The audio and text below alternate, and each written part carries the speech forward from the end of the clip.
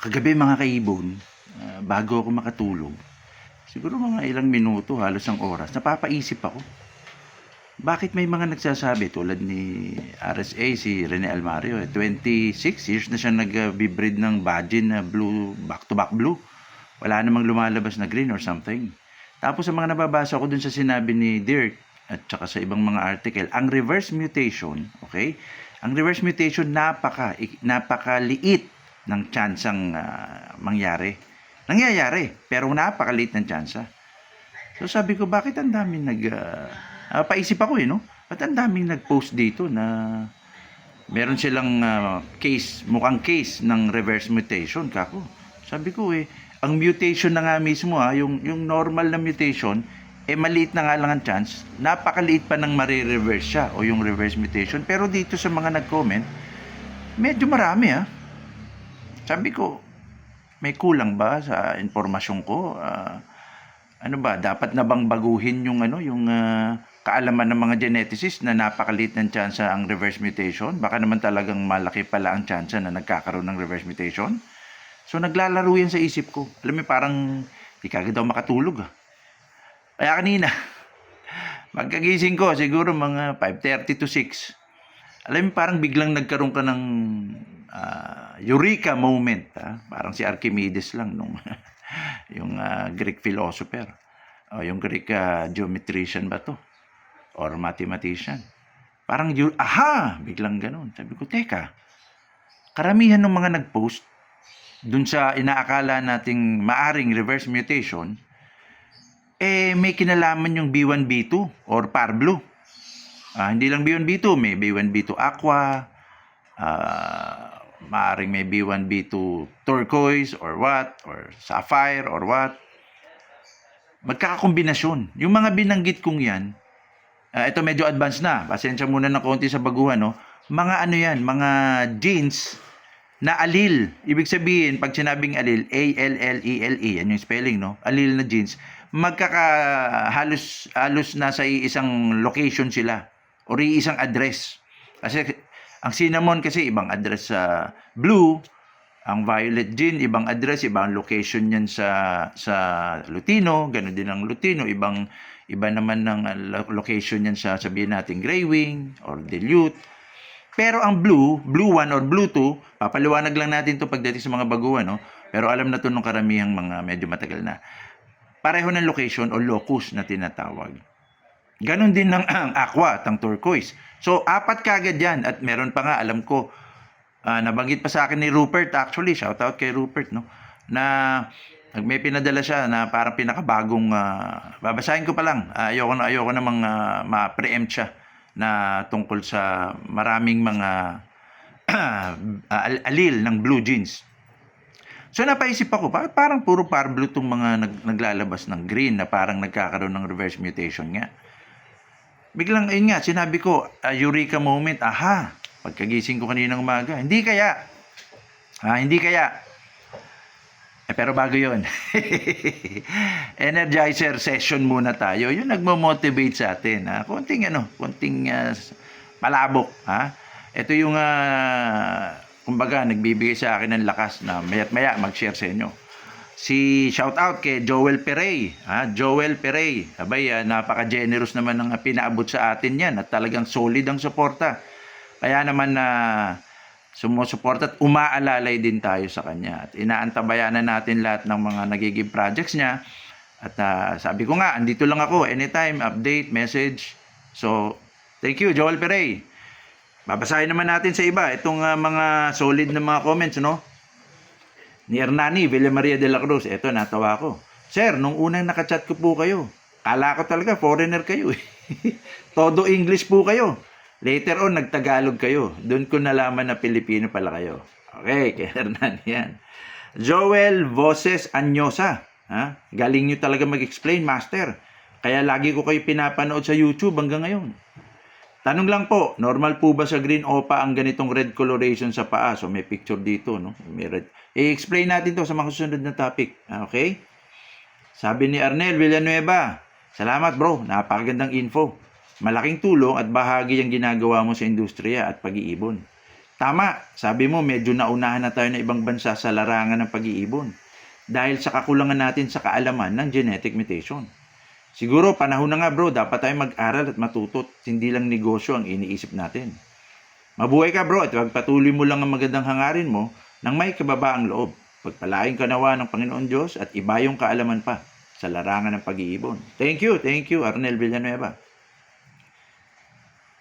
Sabi naman ni Erenea Escaniela Lester, suwabe talaga. Tagus sa akin ng mga sinasabi mo, idol. Sa cinnamon pa lang, dami, walang idea na karamihan pala sa birds na inaalagaan nila yung cinnamon is sex-linked recessive. About naman sa karga ng iba't ibang ibon, pwede talaga lumabas sa ibang uri ng ibon. Sa'yo ko nalalaman na yung mga naglalaro sa isip ko, talaga palang pwedeng mangyari. Galing at ang husay mo magpaliwanag. Salamat, Erenea Escaniela Lester. Jeff Tobias, well explained brother, God bless you. Mike Boncocan, maraming salamat po ulit sa pagbabahagi ng dagdag kaalaman. Huwag po sana kayo magsawang magbahagi. Sana po lumakas po ulit ang industriya at merkado ng pag-iibon sa tulong niyo po. God bless always, sir. TV Doctors Aviary, well said, sir. Erwin Asuncion, well said, sir. Lagi po nakaabang sa kaalaman. Thank you. Of course, si Rick Lanting. Maraming salamat, Sir Jamison. Matyagang sa pagbabahagi ng inyo pong kaalaman. Nico Sevilla Jr. Boss, ganda ng paliwanag nyo. Suggestion lang po sana, kung kaya lang po, lagyan ng animations or visual. More power po. Ginagawa ko po ito sa YouTube. Talagang duguan ng pag-edit doon. Sinabi ko sa inyo, isang YouTube na ilalabas ko, mga 3 to 5 days kong pinaghirapan yun. Na medyo mahirap magano ng visual. Kaya itong ginagawa ko, kung napansin nyo, walang edit, di ba? Tuloy-tuloy. Ibig sabihin, kung ano yung mga cumulative knowledge, yung mga napag-aralan na natin dati, lumalabas ng kusa. Kumbaga, parang gano'n. So, as much as possible, ayoko munang i-edit. So, pero mayat-maya, kung may pagkakataong magpakita tayo ng visual, magpapakita tayo. Dance Prenya, proudly Philippine, sir. Lovebirds and Color Genetics. Thank you. Salamat, idol, sa makabuluhang kwento sa habi. Yan ang sabi ni Christopher Macaya Barsoles. Dennis Kalilap, salamat boss sa info. Dami natututunan dito. Edwin Lacosta, wow, nice one. Ikaw pala nagsulat ng Bini at Rocha, sir. Edwin Lacosta yan, ha. Si Arman, of course, Arman din sa angan, ha. Matagal na natin itong nakakaututang dila. Galing talaga magpaliwanag ni Bro Jameson Yereman. O ayun, medyo hindi ganun napakarami pa, pero yun, nauubusan na tayo ng oras. Susunod na naman yung Energizer session natin. O, doon na tayo sa sinasabi ko. Teka, sabi ko, bakit yung parang reverse mutations napapadalas? Ang karamihan ng nagsasabi sa mga scientists, sa geneticists, napakaliit talaga ng chance na to. Ayun nga, nung sinilip ko yung mga comments, puro B1, B2, aqua, turquoise, at yung magkaka-allele na genes, yung magkakapareho ng location o ng locus. Kasi yung mga iba't ibang genes, medyo tawag dito, magkakaiba ng address or location. Pero itong blue 1, blue 2, aqua, turquoise, at meron pa nga yatang mga kasunod, magkakapareho ng address or location. Bakit ganun? Anong epekto pagka magkakapareho ng lokasyon or address? Ang genes, ang mga genes na yan, ang mga mutated genes na yan, may iba pong mga interaction, kakaibang interaction po. Tulad ng B1, B2, alam to nung dami ko nang naisulat dito, no? 2-3 years ago. At ngayon, first time ko itong magpaliwanag in video. B1, B2, yung tinatawag natin par blue. Parehong blue pagka homozygote. Ibig sabihin, sa magkabilang chromosome, pag parehong B2, blue ang visual niya. Ganon din sa B1, yung original na blue. Pag sa parehong chromosomes, di ba, recessive. So, parehong chromosomes, lalabas yan, visual blue. Itong medyo hindi naman masaklap. Talagang kakaiba. Pareho ng kulay, parehong visual blue na kahit veterano nagsasabing walang pagkakaiba. So, dalawa pala yung blue na genes. Di ba? Oh, para kang hello. Kala ko isa lang ang blue. May blue 1, may blue 2. So, parehong visual na blue yan. Hindi pagka homozygote o kaya yung parehong chromosomes na magulang, parehong B2, blue din ang labas. Yung parang original blue din ang visual. Okay?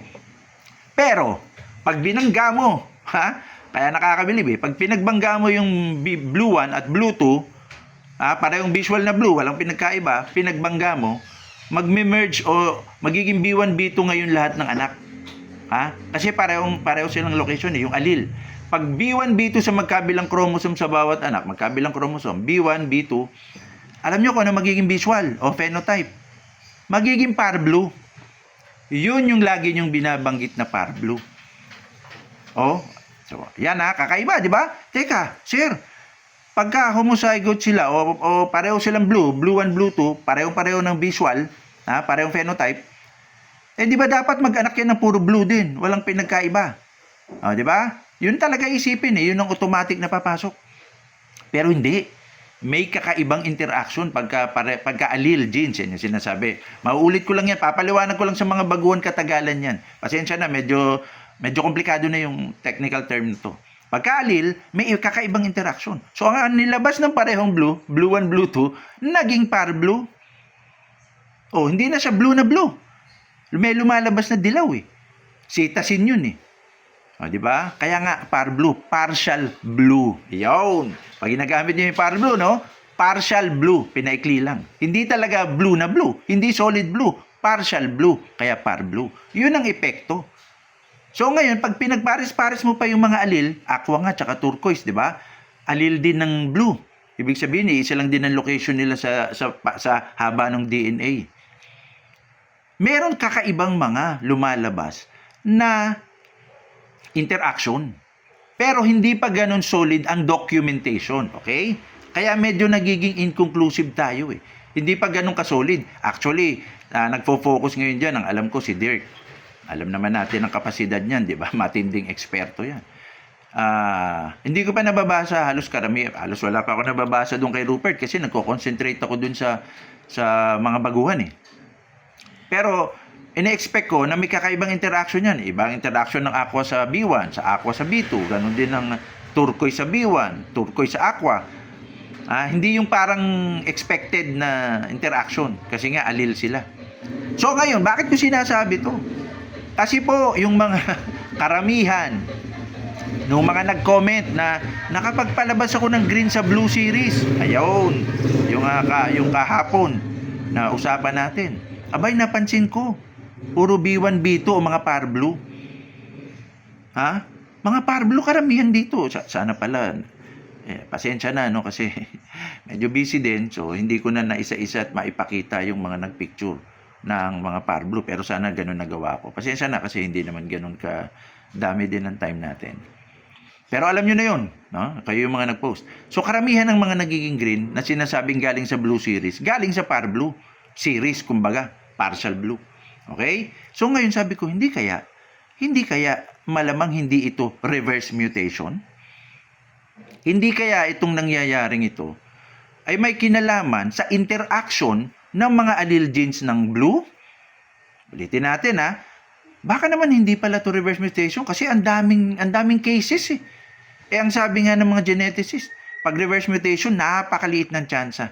Pero mangyayari, pero napakaliit. Bakit ito maya't maya may lumalabas? At nasa par blue series o yung B1, B2 o yung mga allele genes ng blue. Ayun na, parang medyo nakinukutuban ako, no? Most likely, ano lang to, inconclusive at educated guess. Okay, ha? Educated guess. Malamang may kinalaman ng interaction ng mga blue genes o allele ng blue genes. Aqua, turquoise, B1, B2, magkakapareho ng address yan eh, sa DNA. So, ayun. Hindi to conclusive ha. Hindi ko sinasabing ito na yung kasagutan. Kutob ko lang po at pag-aaralan pa natin yan dahil hanggang ngayon pinag-aaralan pa rin ni Dirk eh. Diba? So, ang sinasabi ko lang, most likely hindi pala reverse mutation. Baka ito may kinalaman sa interaction ng mga allele ng blue genes. Kasi nga puro par blue. Aqua B1, aqua B2, B1, B2 aqua, mga ganun. Aqua turquoise. Napakarami ng interaction niya kasi at least 4 kagad yung parang established na magkakapareho ng address o yung allele ng blue. So, pasensya na muna sa mga baguhan at sa mga veterano, no? Nagigets nyo na yan, makakukuha nyo kaagad yan. So, mag-comment pa kayo. Kasi nga yung mga green na yung mga parang par blue, di ba, nangyayari, meron akong parang par blue, ngayon nagiging green na. Hindi ko alam kung baliktad naman minsan. Green to dati, tas nagiging par blue. Diba? Parang ganun ang nangyayari. So, most likely, interaction siya ng mga allele ng blue jeans. Hindi siya reverse mutation. So diyan muna tayo. Sobrang information overload sa mga baguhan to, pero sa mga veteranong may alam sa color genetics, medyo gets kagad. Okay? Hasta la vista.